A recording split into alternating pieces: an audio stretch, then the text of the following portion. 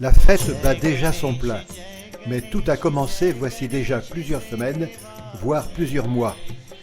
Il s'agit d'honorer Ganesh, le dieu le plus populaire et le plus aimé des hindous. Dans ces immenses ateliers, jusqu'à 200 000 statues en argile ou papier mâché vont être confectionnées avec le plus grand soin. Une fois terminée, et avant la fête qui durera entre 11 et 13 jours, les plus grandes effigies sont amenées dans des temples appelés pandales au milieu de la circulation. Elles ont été commandées par des associations ou des quartiers.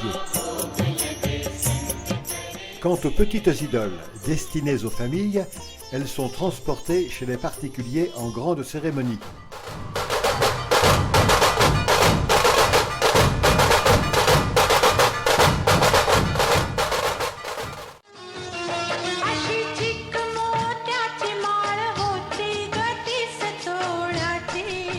Dans la maison, une pièce avec un autel leur est réservée. Là, le matin et le soir, des mantras sont récités.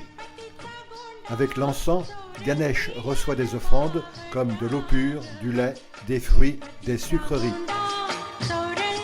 Les fidèles vont affluer dans les temples temporaires, les pandales, richement décorés et source de rivalité entre les quartiers.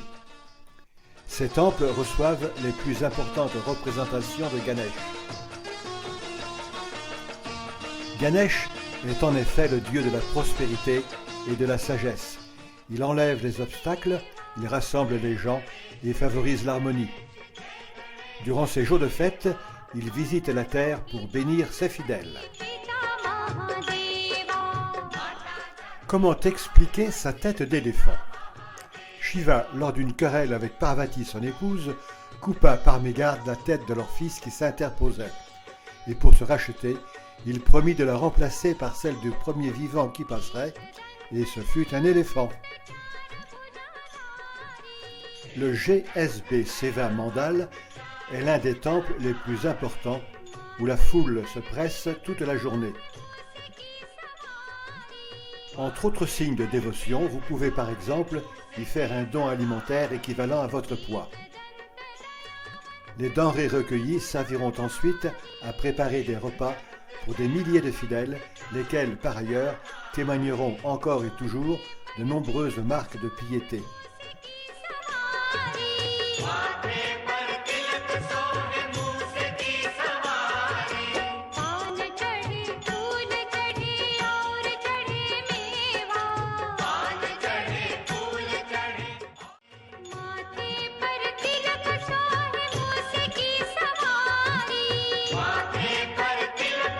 Voici un temple plus modeste, celui des Colis, une communauté de pêcheurs au bonnet rouge.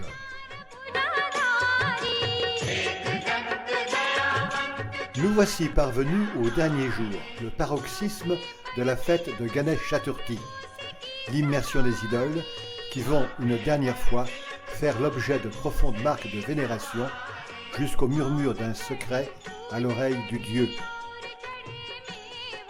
Pour les particuliers, il existe des piscines en ville où peut se faire l'immersion. Fabriquées de terre ou de papier mâché, elles vont se dissoudre et retourner à la terre d'où elles sont issues.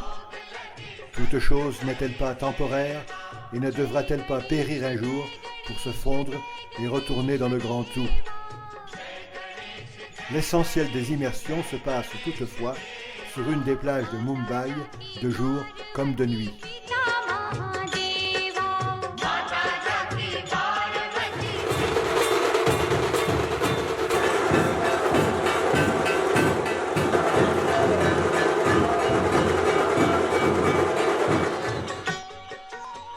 Dans la ville, pendant ce temps, les fidèles sont toujours aussi enthousiastes, surtout lorsque les grandes effigies sont sorties des pandales et que les processions s'organisent, convergeant toutes vers l'océan.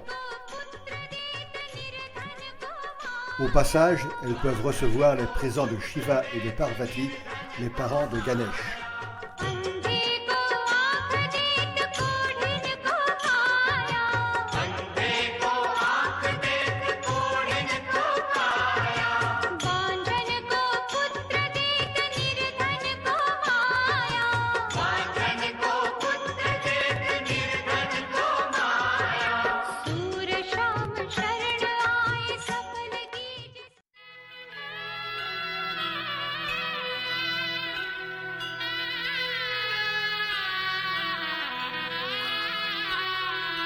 जय गणेश जय गणेश जय गणेश देवा, माता जाकी पार्वती पिता Mahadev. Arrivées au bord de l'océan, les statues sont chargées sur des barges et conduites au milieu des flots pour y être immergées.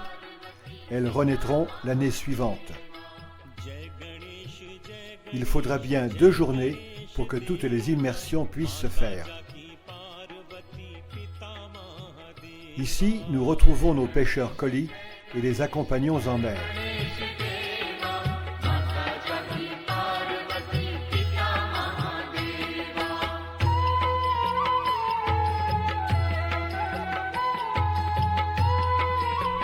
Et selon le flux et le reflux des marées, la plage prendra l'allure d'un champ de bataille.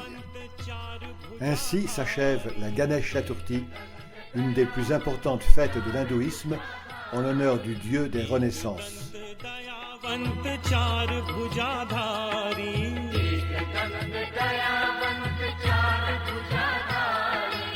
माथे सिंदूर सोहे मूसे की सवारी,